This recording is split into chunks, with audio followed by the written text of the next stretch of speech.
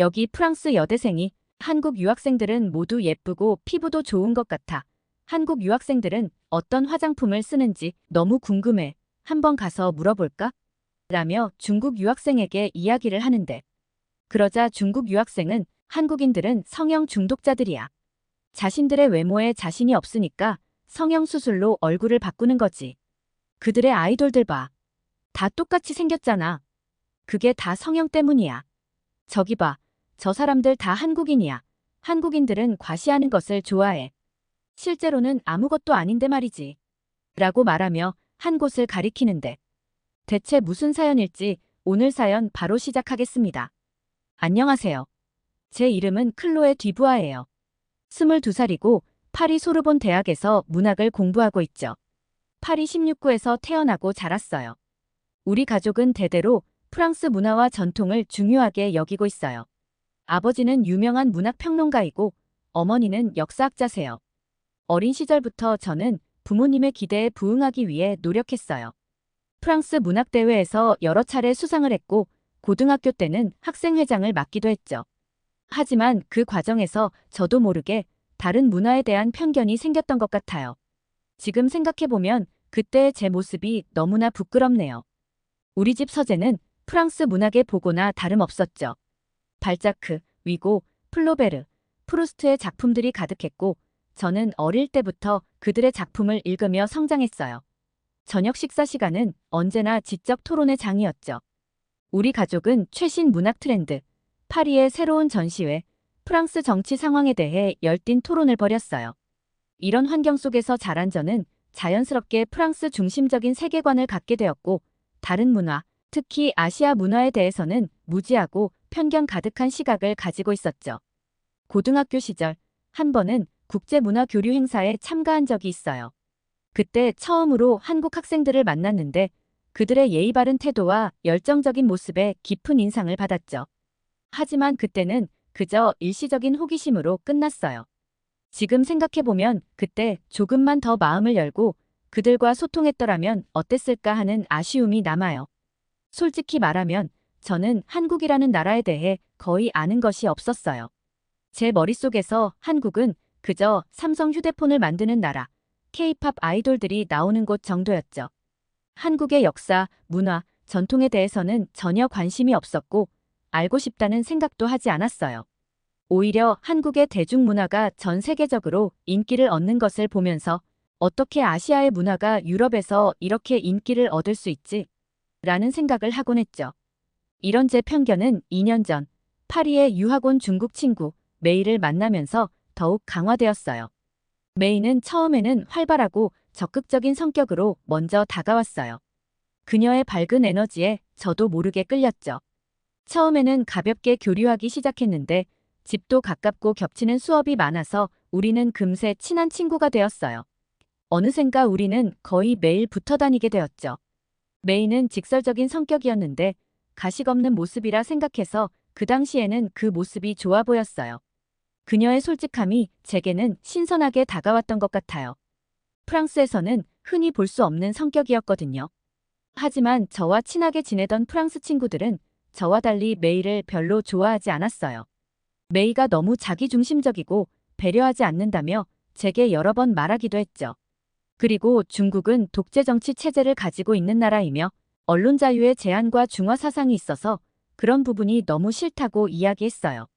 처음에는 이런 이야기를 들을 때마다 불편했어요. 하지만 동시에 제가 중국에 대해 아는 것이 너무 없다는 것도 깨달았죠.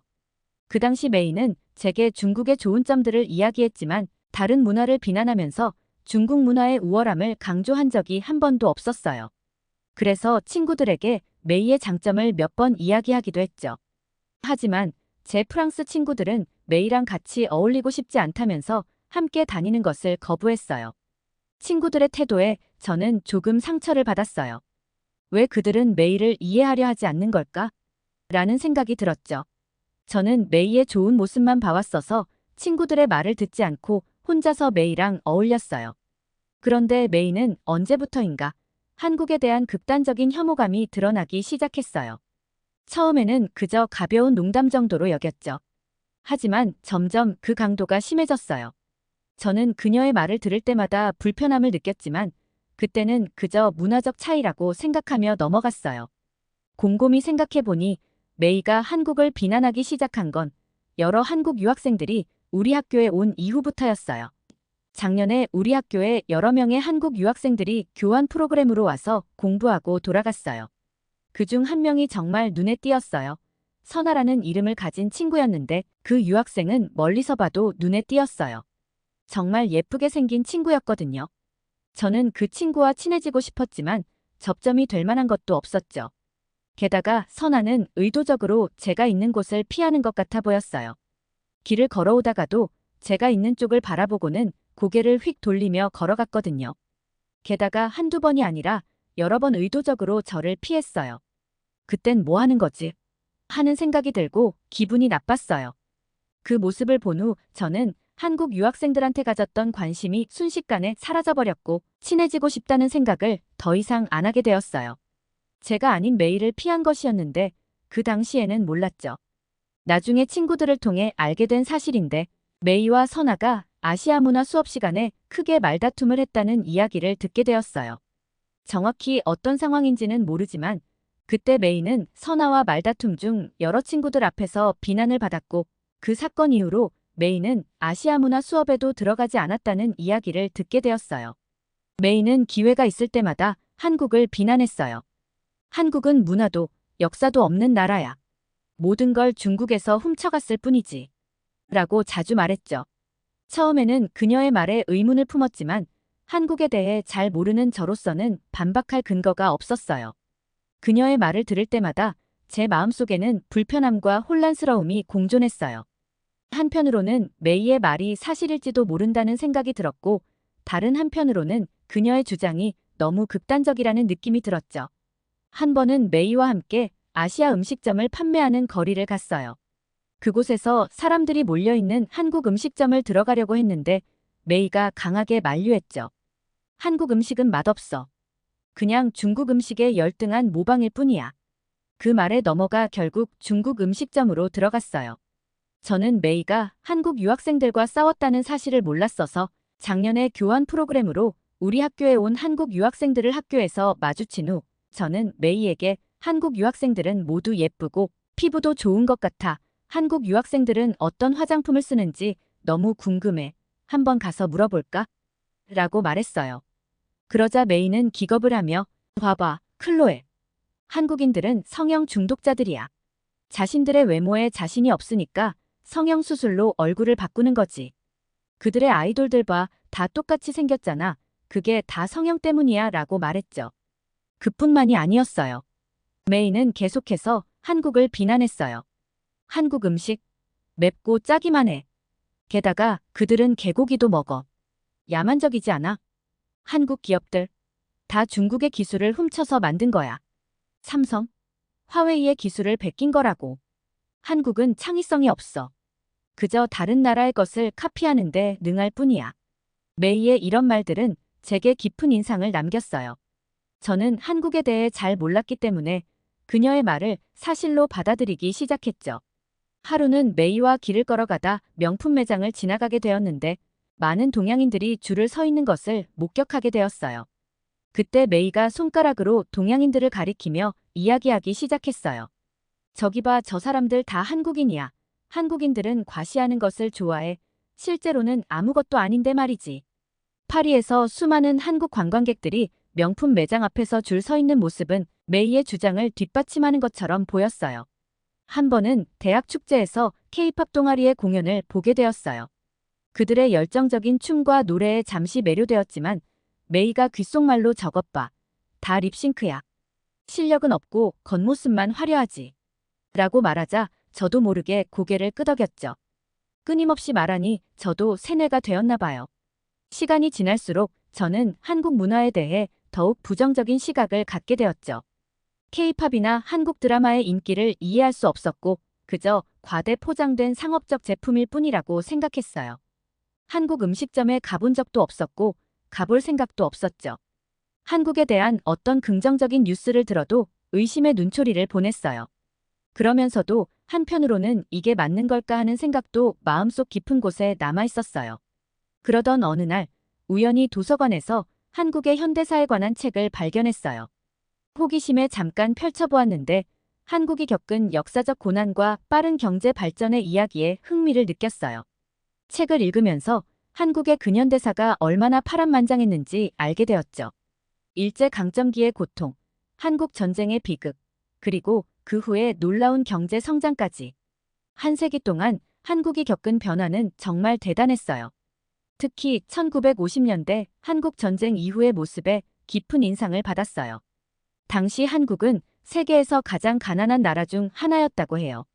하지만 불과 70년 만에 세계 10위권의 경제대국으로 성장했다는 사실이 믿기지 않았죠.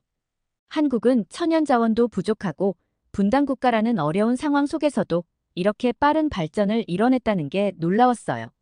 한강의 기적이라고 불리는 한국의 경제 성장 과정을 읽으면서 한국 사람들의 끈기와 노력 그리고 교육에 대한 열정을 느낄 수 있었죠. 또한 한국의 민주화 과정도 인상적이었어요. 독재 정권에 맞서 민주주의를 쟁취하기 위해 노력한 시민들의 이야기를 읽으면서 한국 사회의 역동성과 변화에 대한 열망을 느낄 수 있었죠. 한국의 현대사를 읽은 후 저는 점점 더 한국의 모습들이 궁금해지기 시작했어요. 어떻게 이렇게 짧은 시간 안에 그토록 큰 변화를 이룰 수 있었을까? 한국 사람들의 일상은 어떤 모습일까? 그들의 문화와 가치관은 어떻게 형성되었을까? 이런 상황에서 2024년 파리 올림픽이 시작되었어요. 솔직히 말해서 저는 스포츠에 그다지 관심이 없었죠. 올림픽이 열린다는 사실도 거의 잊고 있었어요. 주변 친구들도 파리 올림픽에 대해서 긍정적으로 생각하는 사람들이 별로 없었어요. 올림픽이 열리지 않아도 파리는 복잡하고 정신없고 소매치기가 가득하고 물가도 비싼 편인데 올림픽이 열리면 정도가 더 심해질 것이라 비판하는 친구들도 있었죠. 저는 사실 스포츠보다는 문학작품을 감상하거나 조용히 혼자서 사색을 즐기는 것을 선호해서 크게 좋은 감정도 없었지만 그렇다고 싫은 감정도 없었어요. 딱 하나, 많은 사람들이 파리에 와서 파리 시내가 더 복잡해지는 건 마음에 들지 않았죠. 그러던 어느 날 우연히 파리 거리를 걷다가 코리아 하우스라는 간판을 보게 되었어요. 많은 사람들이 줄을 서 있는 것을 목격하고 호기심에 이끌려 줄 서 있는 프랑스인 친구에게 다가가 이곳이 대체 뭐 하는 곳인지 물어보니 한국 문화를 소개하는 곳이라고 이야기하더라고요. 그는 오늘 오픈 첫날이라 느긋하게 왔는데 이렇게 사람이 많을지 몰랐다며 더 일찍 올 걸 하고 이야기하더라고요. 그곳에 줄 서서 기다리는 사람들은 다들 즐거워 보였어요. 궁금한 마음에 저도 줄을 서서 기다렸어요. 그곳에서 제 인생을 바꾸는 경험을 하게 될 줄은 꿈에도 몰랐죠. 코리아 하우스는 파리 시내 중심부에 위치해 있었어요. 건물 외관부터 남달랐죠. 전통 한옥의 기와 지붕 모양을 현대적으로 재해석한 디자인이 눈길을 끌었어요. 입구에는 직원들이 방문객들을 맞이하고 있었죠. 처음에는 그저 호기심에 들어갔을 뿐이었어요. 하지만 안으로 들어가면서 점점 더 흥미를 느끼기 시작했죠. 내부는 한국의 전통과 현대가 조화롭게 어우러진 공간이었어요. 한쪽에는 전통 공예품들이 전시되어 있었고 다른 한쪽에는 최신 기술을 체험할 수 있는 공간이 마련되어 있었죠. 한국의 전통 의상을 입고 사진을 찍는 외국인들도 많이 보였어요. 저도 호기심에 한복을 입어보았는데 그 우아한 선과 화려한 색감에 놀랐어요. 거울 속 제 모습이 마치 다른 사람처럼 보였죠. 그곳에서 가장 먼저 눈에 띈 것은 대형 스크린이었어요. 그곳에서는 한국 선수들의 경기를 실시간으로 중계하고 있었죠. 놀랍게도 많은 사람들이 모여 한국 선수들을 응원하고 있었어요. 그들 중 대부분은 한국인이 아닌 외국인들이었죠. 저는 의아했어요. 왜 이렇게 많은 사람들이 한국 선수들을 응원하는 걸까? 그때 한 프랑스인 남성이 흥분된 목소리로 말했어요. 와, 정말 대단해. 한국 양궁 선수들의 실력은 정말 믿을 수 없을 정도야. 어떻게 저렇게 정확할 수 있지? 저는 그의 말에 귀를 기울였죠. 화면을 보니 한국 선수가 관역 한가운데를 정확히 맞추고 있었어요. 그 순간 저도 모르게 감탄사가 나왔죠. 코리아 하우스를 천천히 둘러보면서 저는 점점 더 많은 것들을 발견하게 되었어요. 한쪽에서는 한국 전통 음식을 만드는 체험 프로그램이 진행되고 있었죠. 호기심에 이끌려 김치 만들기 체험에 참여했어요. 처음에는 낯선 냄새에 망설였지만 직접 만들어 보니 재미있었죠. 옆에 있던 프랑스인 아주머니가 말을 걸어왔어요. 처음 해보는데 정말 재미있네요. 한국 음식 문화가 이렇게 깊이 있는 줄 몰랐어요. 채소를 절이고 양념을 만드는 과정이 우리 프랑스 요리만큼이나 정교하더라고요. 그녀의 말에 저는 고개를 끄덕였어요. 확실히 김치를 만드는 과정은 생각보다 복잡하고 정교했죠. 단순히 맵고 짠 음식이 아니라 오랜 시간 발효되면서 깊은 맛을 내는 음식이라는 것을 알게 되었어요. 다음으로 향한 곳은 한국의 전통 공연이 펼쳐지는 무대였어요. 그곳에서는 사물놀이 공연이 한창이었죠. 4명의 연주자가 각각 다른 악기를 연주하며 리듬을 만들어내고 있었어요. 처음에는 소음처럼 들리던 것이 점점 귀에 익숙해지면서 묘한 매력을 느끼게 되었죠. 특히 연주자들의 열정적인 모습에 감동받았어요. 공연이 끝나고 한 연주자가 관객들에게 직접 악기를 체험해볼 기회를 주었어요. 저도 용기를 내어 장구를 쳐보았죠. 생각보다 어려웠지만 연주자의 도움을 받아 간단한 리듬을 만들어냈을 때는 뿌듯함을 느꼈어요. 그날 밤 집으로 돌아오는 길에 저는 많은 생각을 하게 되었어요. 코리아 하우스에서의 경험은 제가 가지고 있던 한국에 대한 편견들을 흔들어 놓았죠. 하지만 여전히 메이의 말들이 머릿속에 맴돌았어요. 저는 혼란스러웠죠. 다음 날 저는 다시 코리아 하우스를 찾았어요. 이번에는 좀 더 자세히 살펴보고 싶었죠. 입구에서 안내 책자를 받아들고 천천히 둘러보기 시작했어요. 그날 저는 한국의 역사와 문화에 대해 더 많이 배웠죠. 한국이 5,000년의 역사를 가진 나라라는 것, 세계 문화유산으로 등재된 많은 문화재를 보유하고 있다는 것, 그리고 최근에는 기술 강국으로 성장했다는 것을 알게 되었어요.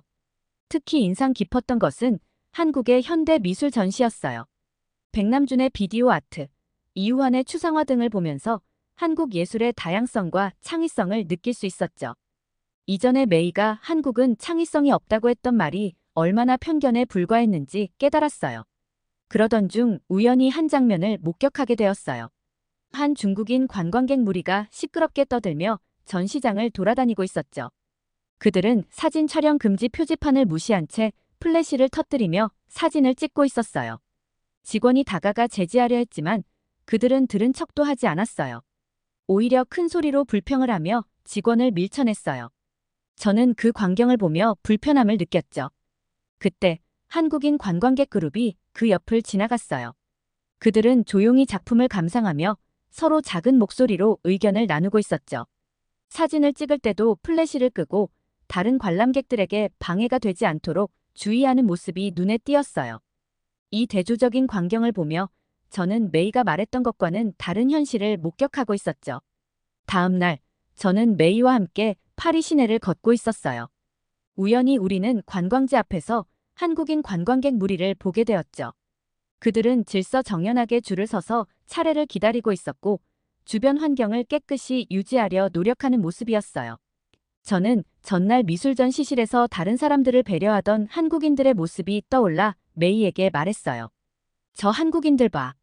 정말 질서 있게 행동하는 것 같지 않아? 그러자 메이는 코웃음을 치며 말했죠. 뭐야, 너 저들에게 속고 있는 거야? 저건 그냥 쇼일 뿐이야. 요새 파리가 올림픽 때문에 카메라가 곳곳에 많이 있으니까 저렇게 행동하는 거라고. 실제로는 완전 달라. 저는 메이의 말에 의문을 품기 시작했어요. 지난 이틀간 코리아 하우스에서 본 한국인들의 모습과 메이의 말이 일치하지 않았기 때문이죠. 그날 저녁, 우리는 한 레스토랑에 앉아 있었어요. 갑자기 옆 테이블에서 시끄러운 소리가 들려왔죠. 돌아보니 중국인 관광객 무리였어요. 그들은 큰 소리로 떠들며 주변 사람들을 신경 쓰지 않고 있었죠. 심지어 신발을 신은 채 의자에 발을 올리고 앉아 있는 사람도 있었어요. 한 중국인 남성이 큰 소리로 웨이터를 불렀어요. 헤이, 빨리 와. 우리 주문 안 받아. 그의 무례한 태도에 웨이터는 당황한 표정을 지었죠. 다른 중국인 여성은 음식이 마음에 들지 않는다며 접시를 거칠게 밀어냈어요. 그 과정에서 빵이 바닥에 쏟아졌지만 그녀는 아무렇지 않다는 듯이 웨이터에게 새로 가져오라고 요구했죠. 저는 그 광경을 보며 불편함을 느꼈어요. 제가 그들을 바라보며 인상을 찌푸리자 메이는 오히려 그들을 옹호하기 시작했죠. 저 사람들 자유롭고 개방적이지 않아? 우리 중국인들은 이렇게 솔직하게 자신을 표현할 줄 안다고. 저는 그 말에 동의할 수 없어서 메이를 쳐다보며 말했어요. 저건 자유로운 게 아니라 무례하고 못 배운 행동으로 보여. 다른 사람들을 배려하지 않는 행동이잖아. 메이는 제 말에 당황한 듯 떨리는 목소리로 답변했어요. 뭐야? 너 갑자기 왜 그래? 중국의 문화가 다를 수 있는데 무례하고 못 배웠다는 말은 심한 것 같아. 내 마음에 들지 않아도 문화가 다르다고 생각해주면 안 돼. 나는 내가 중국의 문화도 존중해줬으면 좋겠어. 저는 황당했죠. 그동안 제 앞에서 한국이라는 나라의 단점을 이야기하며 끊임없이 비판하던 메이가 그런 말을 한다는 것 자체가 이해가 되지 않았거든요. 메이, 너는 내 앞에서 한국의 단점은 끊임없이 욕하면서 중국의 단점은 문화라고 존중해야 한다고. 나는 우리나라 사람이 저런 모습을 보여도 비판했을 거야. 그러자 메이는 얼굴이 붉어진 채로 제게 말했어요. 어떻게 한국 같은 나라와 중국을 비교하며 이야기해? 나 너무 상처받을 것 같아. 저는 한숨을 쉬며 메이에게 하고 싶던 말을 했어요. 최근에 코리아 하우스에 가봤는데 거기서 본 한국 문화가 생각보다 흥미로웠어. 그리고 한국인들의 매너도 좋아 보이더라고. 너가 했던 말들과 차이가 많은 것 같아. 메이의 얼굴이 순간 일그러졌어요. 뭐? 너 정말 한국인들한테 세뇌당한 거 아니야? 내가 그동안 얼마나 한국의 나쁜 점들을 알려줬는데 넌 그걸 다 무시하고 이제 와서 한국을 좋아한다고. 저는 메이의 반응에 놀랐어요. 메이, 나는 그저 내가 직접 보고 느낀 걸 말하는 거야. 왜 이렇게 화를 내는 거야? 메이는 자리에서 벌떡 일어났어요. 넌 이제 한국인들 편이구나. 난 더 이상 너와 얘기하고 싶지 않아. 그리고는 레스토랑을 뛰쳐나갔죠. 저는 그 자리에 혼자 남아 깊은 생각에 빠졌어요. 메이가 설마 이렇게까지 과민 반응을 보일 것이라 생각하지 못했어요. 내가 그동안 사람을 잘못 봐왔던 거였나 싶었어요. 동시에 제가 그동안 얼마나 편견에 사로잡혀 있었는지 깨달았어요. 메이의 말을 무비판적으로 받아들이며 한 나라의 문화를 제대로 알아보지도 않고 판단했던 제 스스로가 더 부끄러워졌죠. 그 후로 저는 더욱 열심히 코리아 하우스를 방문했어요.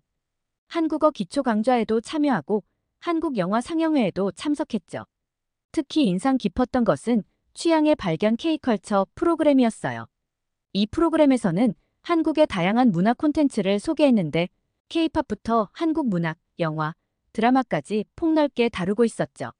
한국 영화 기생충을 처음 보았을 때 저는 그 섬세한 연출과 깊이 있는 스토리에 완전히 매료되었어요. 이전에 메이가 한국 영화는 겉만 번지르르하고 내용은 없다고 했던 말이 얼마나 편견에 불과했는지 다시 한번 깨달았죠. K-팝 댄스 클래스에 참여했을 때는 또 다른 놀라움을 경험했어요. 노래의 중독성과 안무의 정교함, 그리고 아이돌들의 끊임없는 노력에 대해 알게 되었죠. 단순히 성형한 얼굴들이 아니라 실력과 노력으로 인정받는 아티스트들이라는 것을 이해하게 되었어요. 코리아 하우스의 한 코너에서는 한국의 기술 혁신을 소개하고 있었어요. 5G 기술, AI, 로봇공학 등 다양한 분야에서 한국이 이룩한 성과들을 볼 수 있었죠. 특히 인상 깊었던 것은 환경 친화적 기술들이었어요. 재생에너지, 전기차 기술 등을 보며 한국이 단순히 경제 성장만을 추구하는 것이 아니라 지속 가능한 발전을 위해 노력하고 있다는 것을 알게 되었죠. 이런 경험들을 통해 저는 점점 한국 문화에 매료되어 갔어요. 동시에 그동안 제가 얼마나 편협한 시각을 가지고 있었는지 깨달았죠. 한 나라의 문화를 제대로 알지도 못한 채 판단했던 제 자신이 부끄러워졌어요. 올림픽이 한창 진행 중인 지금 저는 완전히 다른 사람이 되어가고 있어요.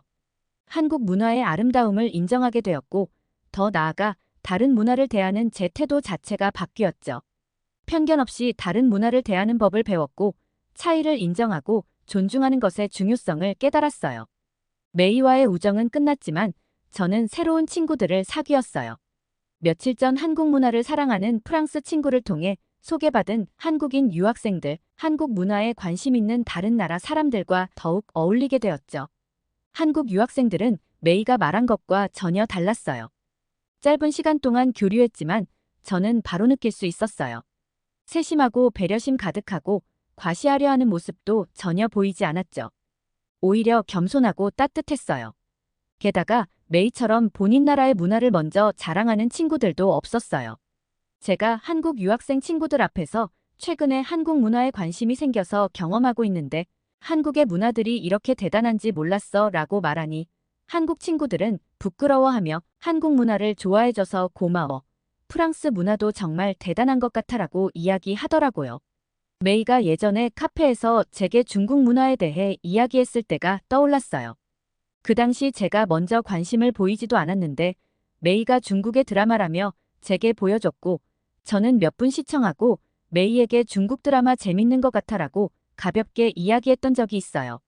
그랬더니 메이는 중국은 정말 대단한 게 많다면서 하루 종일 중국의 위대한 것들을 제게 몇 시간 동안이나 쉬지 않고 이야기했어요. 저는 듣다가 너무 지쳐서 나 피곤해서 집에 가야 할 것 같아라고 이야기하며 자리를 피했던 일이 생각이 났어요. 메이와 다르게 한국 유학생들은 제게 먼저 한국 문화의 우수성을 자랑하려고 하는 친구가 한 명도 없었어요. 오히려 그들은 프랑스 문화에 대해 더 많이 알고 싶어 했고 제가 한국 문화에 관심을 가져줘서 고마워했죠. 그 모습을 보면서 한국처럼 대단한 문화를 가지고 있으면 애써 내세우지 않아도 자연스럽게 많은 사람들이 좋아하게 되는 거라는 것을 알게 되었죠. 이런 부분은 프랑스 문화에 관심이 많은 제게 많은 깨달음을 주었어요. 요즘 한국어를 배우기 시작하면서 한국 문화에 대해 더 깊이 이해하게 되었어요. 언어 속에 담긴 문화적 의미들을 알아가는 과정이 너무나 흥미로웠죠.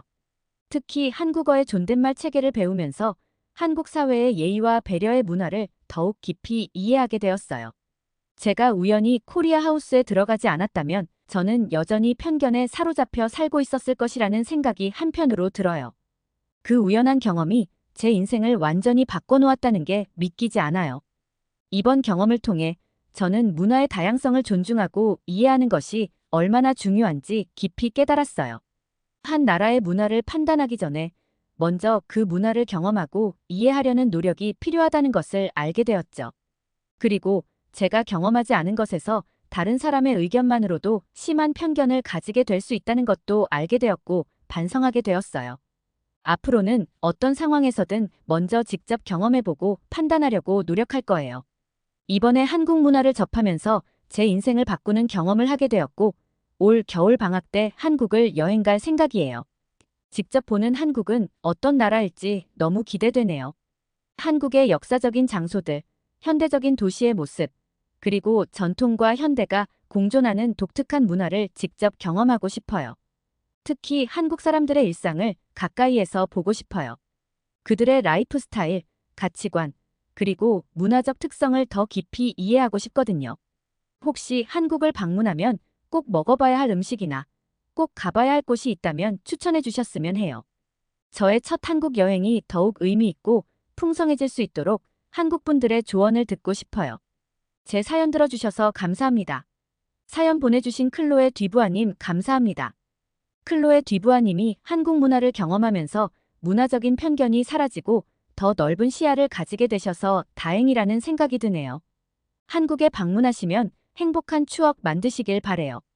오늘 사연이 재미있으셨다면 구독과 좋아요, 알림 설정까지 부탁드립니다. 더 재미있는 사연으로 찾아오겠습니다.